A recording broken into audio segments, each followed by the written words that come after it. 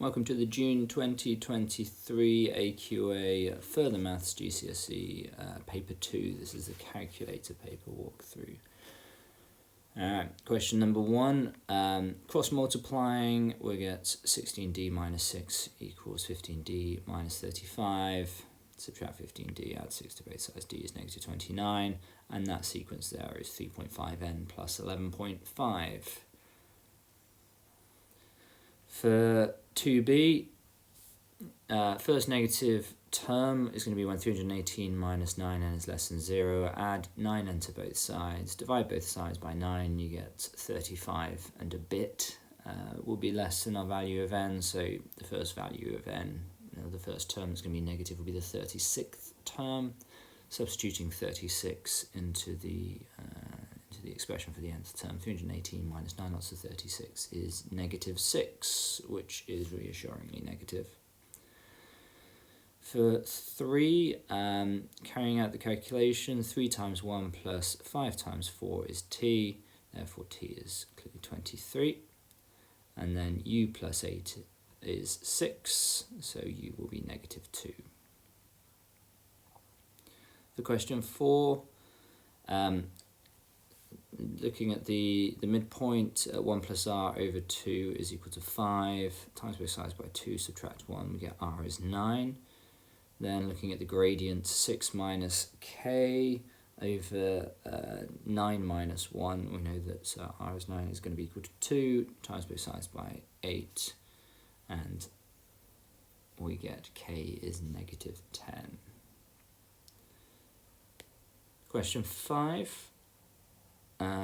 We want to differentiate here, so differentiating gives me 2x cubed. Equate that to 6.75. I've turned that into 27 over 4.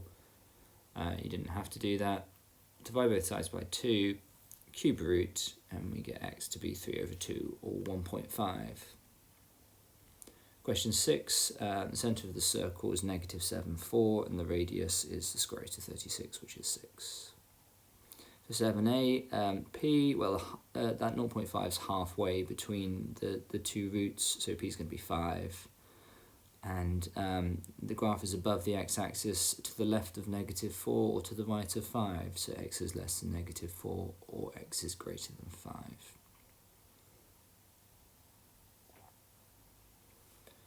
Right, question number 8, a half times the base times the height is 25, because the area is 25. Allows us to work out that that base must be 12.5. Splitting 12.5 up into the ratio of 2 to 3 divided by 5 times by 2 times by 3, we get 5 to 7.5. So b to d is 5, d to c is 7.5. And that d to c being 7.5 is sufficient for us to do trig on the right-hand triangle. So it's going to be inverse tan of the opposite over the adjacent. Inverse tan of 4 over 7.5 comes out as 28.1.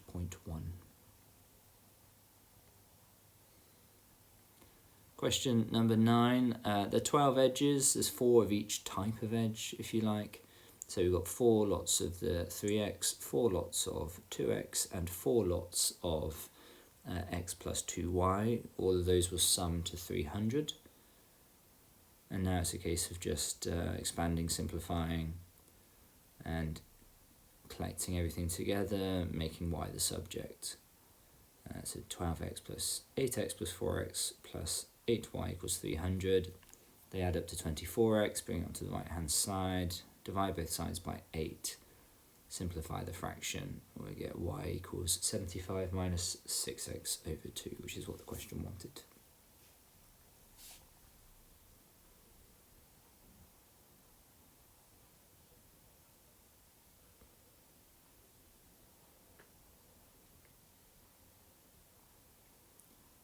Okay, for B, showing that the volume is equal to the expression given there. To find the volume of the cuboid, we'll multiply the 3 mutually perpendicular lengths together. That's 3x by 2x by x plus 2y. 3x times 2x is 6x squared. And then the x plus 2y, I'm going to replace y with what we've just shown y is equal to in part A. disappointingly forgotten to close the second bracket there. I do apologise, deeply upsetting. The 2 times the fraction, well actually the 2's will cancel quite nicely, so we get 75 minus 6x, which simplifies down to 75 minus 5x inside the brackets. Expand it out and we get 450x squared minus 30x cubed, which was what they wanted. For C, using calculus, well, we differentiate the volume with respect to x times by the power subtractor, and from the power we get 900x minus 9x squared. Replace dv by dx with 0. We're finding a maximum point here, or a stationary point. And if we factorise out 90x from both of those two, we get 90x lots of 10 minus x. So x is 0 or 10. It's pretty clear that x equals 0 is going to be a minimum stationary point, so we're looking at x equals 10. And if we substitute 10 into our expression for the volume, it gives us the maximum volume, in this case 15,000.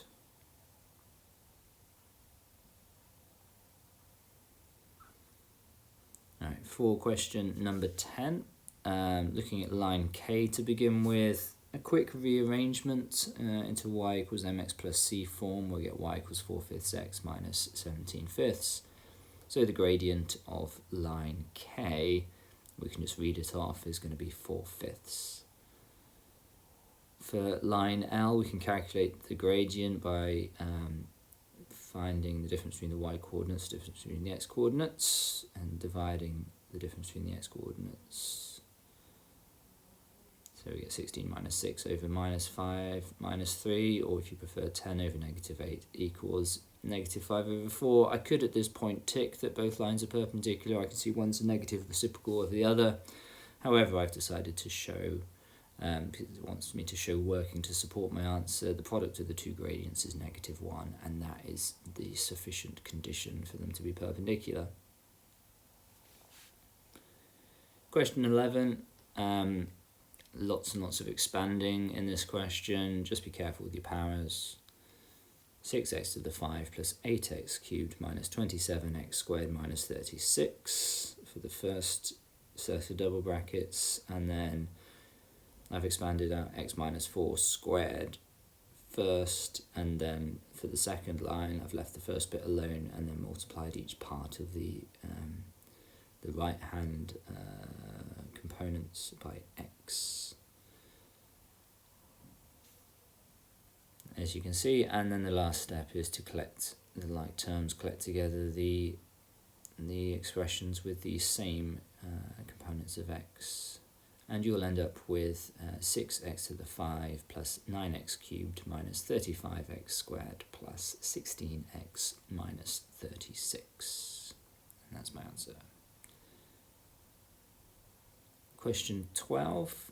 I'm going to draw the diagonal from A to C, and we can do the cosine rule on the triangle AVC. I'm going to mark on the angle I'm trying to calculate. That's that one there, VAC, the one at A. The length A to C, doing Pythagoras on the base of the square, so square root of 15 squared plus 15 squared comes out as 15 root 2. We know that A to C is also 28 because V is directly above the midpoint, so AVC will be an isosceles triangle. And using the version of the cosine rule that allows me to find the angle straight away, it will be inverse cos of b squared plus c squared minus a squared over 2bc. I can plug that in exactly as it's written there into a calculator, and it will tell me the angle is 67.7 degrees. 13a, 3x to the 7 means 3 over x to the 7. Know your indices rules. 13b, 4w cubed all squared. Square the 4, you get 16. Square the w cubed, you get w to the 6. 12 over 16 is the same as 3/4. W to the 8 over w to the 6 is w squared. So 3/4 w squared. Make sure that w squared is not underneath the fraction symbol. For 13c, square root of y is y to the half, cube root of y is y to the third. and the cth root of y to the d is y to the power of d over c. So a half plus a third will be equal to d over c. If we add together a half and a third, we get 5/6. So d over c will either be 5/6 or simplify down to 5/6, well, the least possible values of c and d are therefore 6 and 5. Question 14, this is a algebraic simplification, so we're going to factorise our heart out. Denominator of the first fraction, a plus 8, a minus 2. I'm going to factorise minus 4 out of the numerator on the top right, because that gives me minus 4 lots of a minus 2, which you'll notice will cancel nicely with the a minus 2 from the denominator of the first fraction. All over 3a, cancel an a, cancel your 5s and the 3s, cancel your a minus 2s. And that leaves me with the numerator as 5 times a times minus 4, if you prefer minus 20a. All over, all that's left on the denominator is a plus 8.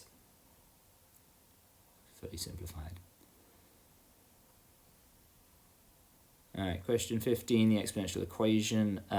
It passes through 0 1/2, and that allows me to sort of get rid of the b, because b to the power of 0 will be 1, and it tells me that a must be 1/2.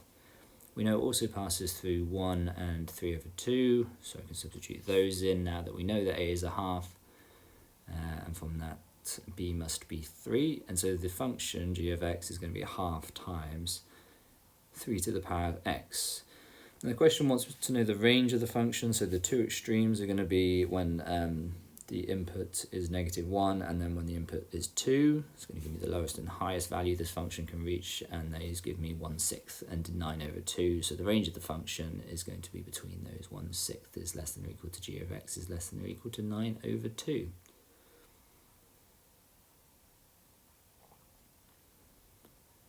Question 16, it tells us that 2x minus 3 is a factor. I am just going to factorise that out. You can do long division if you really want to.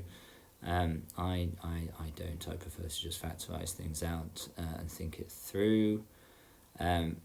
We can immediately deduce that x equals 3 over 2 is going to be a solution from the first bracket, and then to work out the other solutions we're going to need to find the solutions to the quadratic on the right hand side. It doesn't factorise, so I'm going to use a formula, as you can see.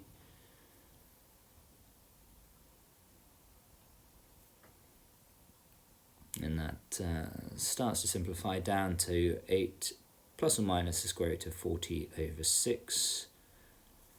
Of course, the square root of 40 is the same as 2 lots of the square root of 10, so 8 plus or minus 2 root 10 over 6.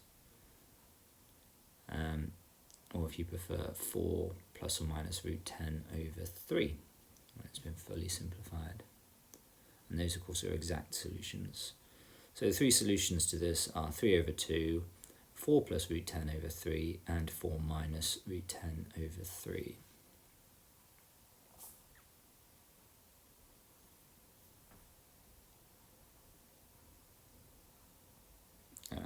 Question 17 tells us it's an increasing function. Well, the property of an increasing function, or the property that makes a function increasing, is that its gradient is always greater than 0. It's always positive. And so what I'll do is I'll expand out h of x and then differentiate it. I'm rewriting it in a slightly different way, just to give me a sort of a coefficient of x. You didn't need to do that. You could have just differentiated it as before. You'd end up in the same place. Anyway, h dash of x, the differential of x, h of x is 9ax squared plus 5 minus 2a. To be increasing, that differential must be greater than 0. So 9a lots of x squared plus 5 minus 2a is greater than 0.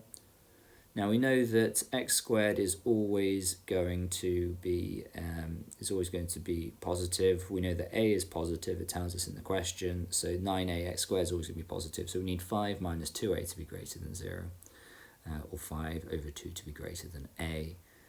A is positive, so there's my range of values of a.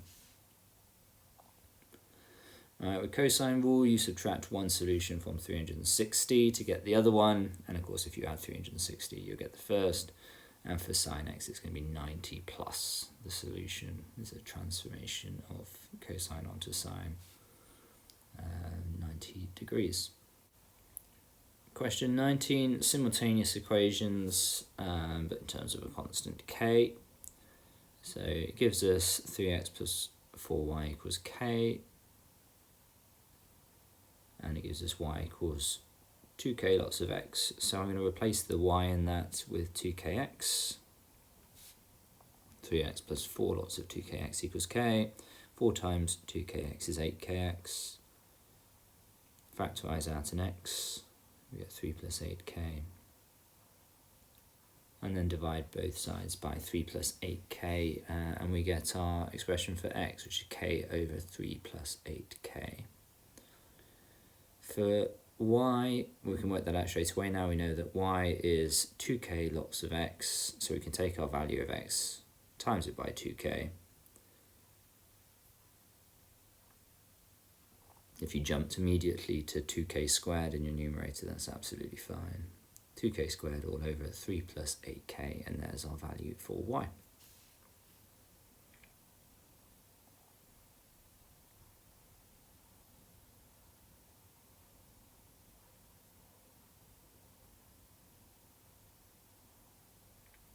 Okay, question 20. We've got to simplify that trigonometric expression. I'm going to leave the 2 sine cubed x alone, and that's going to be add 2 sine x. Then I'm going to replace cos squared x with 1 minus sine squared x from the classic identity, and I'm going to replace tan x with sine x over cos x. Everything else remains unchanged. Then for line number 2, I'm going to expand out the middle section, so we get 2 sine x minus 2 sine cubed x. And then for the last bit, the cos x's will cancel nicely, so we're just left with a plus 5 sine x. And then the sine cubed parts cancel, and we get 2 sine x plus 5 sine x, which is 7 sine x, which is what the question wanted. For question 21, AOB is going to be an isosceles triangle because AO and BO are both radii, and so that angle there is going to be 180 subtract 4 lots of x. Then to find AOD, if you imagine adding in sort of ABD, a line going from B to D, then ABD is going to be opposite on the cyclic quadrilateral the 7x at AED, and then AOD is going to be twice as big as that. So AOD is going to be twice as big as 180 minus 7x. And using exactly the same logic for BOD, BOD is going to be twice as big as 180 minus 6x.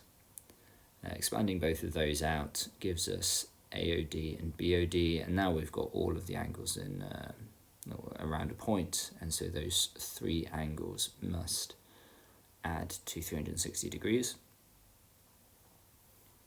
And at this point, it's just a case of adding things up, collecting like terms, bringing the x's onto one side, the non-x's onto the other, and we get x equals 18.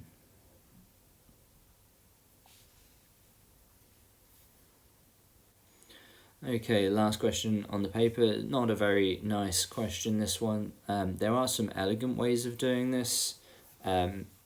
However, I've broken this. If you can think of an elegant way of doing it during exam conditions, then fair play, it's very impressive. The way I've done it here is to break it down into little chunks. So the first digit could be 7, 8, or 9. We consider each one of those separately. The last digit, if the first digit is 7, will be 1 or 9. If it's 8, it could be 1, 7, or 9, or if it's 9, it could be 1 or 7. And then I'm counting the number of middle digit arrangements for each one of those. So for the first one, when 7's at the front, 1 and 9 is at the back, there are then 6 ways of arranging the 2, the 8, and then one of the 1 or the 9. So you could have two, like you could have 1, 2, 8, 2, 1, 8, 2, 8, 1, and so forth in the middle, and then 6 for the leading with 8 and 6 for the leading with 9. And for each one of those, you can multiply the number of last digit combinations by the number of middle arrangements. So the first one's 2 times 6, then 3 times 6 for the 8s, and then 2 times 6 for the 9s. Gives me 12, 18, and 12. Sum those to make 42. Impressive if you made that. Well done.